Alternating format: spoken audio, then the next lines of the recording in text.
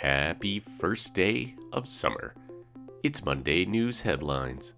Let's go. First, Bitcoin prices took a tumble after fears of a Chinese crypto crackdown. Beijing urged a number of banks to ramp up identification efforts for those participating in crypto transactions.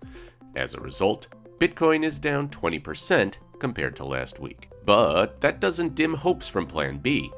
The creator of the stock-to-flow model believes that Bitcoin will see a big surge in the coming months.